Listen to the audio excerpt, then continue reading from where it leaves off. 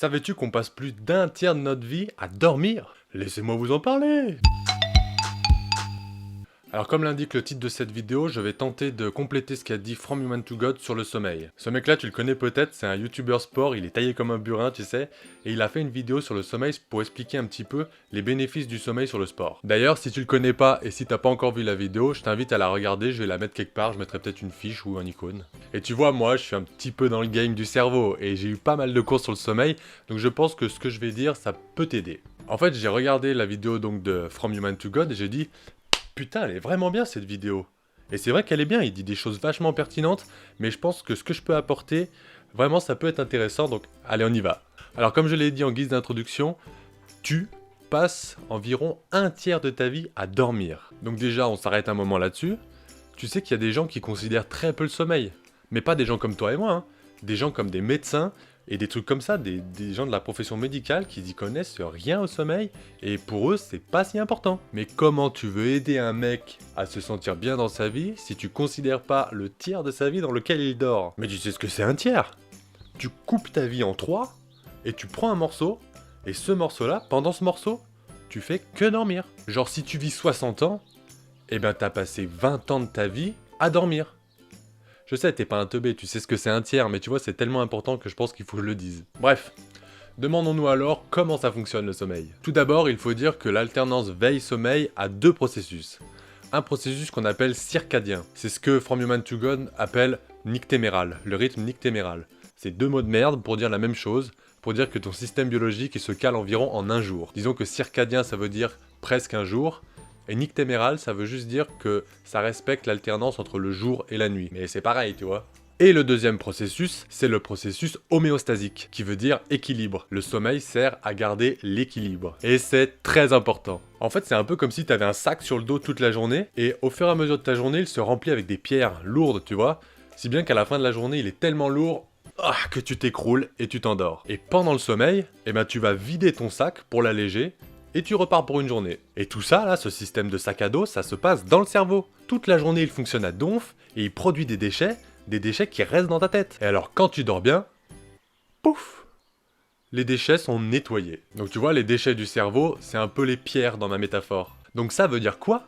Ça veut dire que toute la journée, tu vas produire ton hypnotique qui va te servir à t'endormir la nuit. Et ça, c'est très important de le comprendre. C'est en fait ce que tu as fait pendant la journée qui va déterminer comment tu dors la nuit. Pour s'endormir, il y a aussi la mélatonine, dont parle From Human to God dans sa vidéo. Alors pour t'expliquer, en fait, il y a un système dans ton cerveau qui va produire cette hormone, la mélatonine, quand il sent que ça va bientôt être le moment de dormir. Et tu sais comment ton cerveau fait pour savoir ça? Il va en fait détecter les variations de lumière dans ton environnement, donc quand le soleil se couche. Et oui, quand ton système il a été créé, ça date d'il y a des milliers d'années. Et à cette époque-là, il n'y avait que le soleil pour s'aider de savoir quelle heure il était en fait. Donc retiens bien que ton cerveau se base sur la variation d'intensité lumineuse de ton environnement pour savoir si c'est bientôt le moment de dormir. C'est pour ça que si tu passes ta soirée devant des écrans ou si tu es sur ton portable dans ton lit, eh ben ça va pas t'aider à dormir, tu vas peut-être même mal dormir. Parce que ton corps, il va détecter cette lumière, il va dire « Ouh là là, c'est quoi cette lumière là, c'est pas le moment de dormir ?»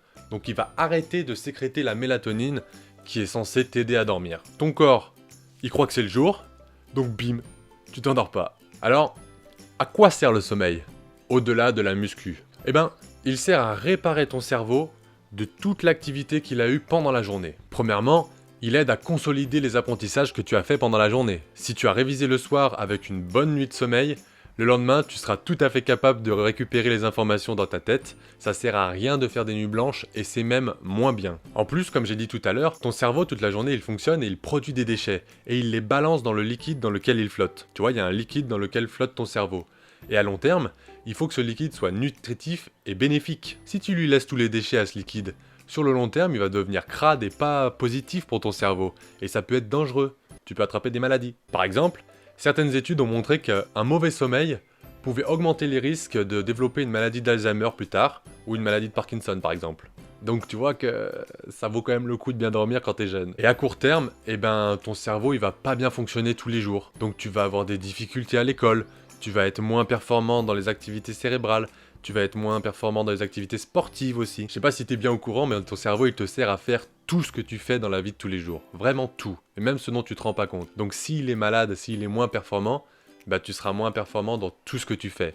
Donc ça peut être aussi tes comportements, tu peux aussi développer une dépression par manque de sommeil. Alors j'espère te faire comprendre que c'est quand même important de bien dormir. Bon, je sais qu'il y en a qui vont me dire qu'ils savent tout ça mais qu'ils n'arrivent quand même à pas bien dormir. Il y en a même qui vont te dire qu'ils ne dorment pas du tout.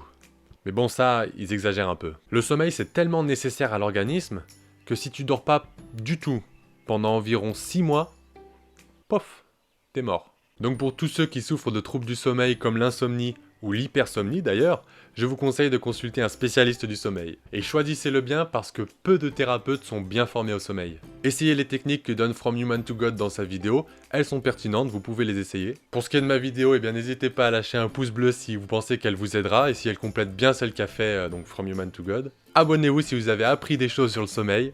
Et je vous souhaite à tous de bien dormir. Moi je vous laisse et je vous dis à bientôt pour de nouvelles folies. Ciao!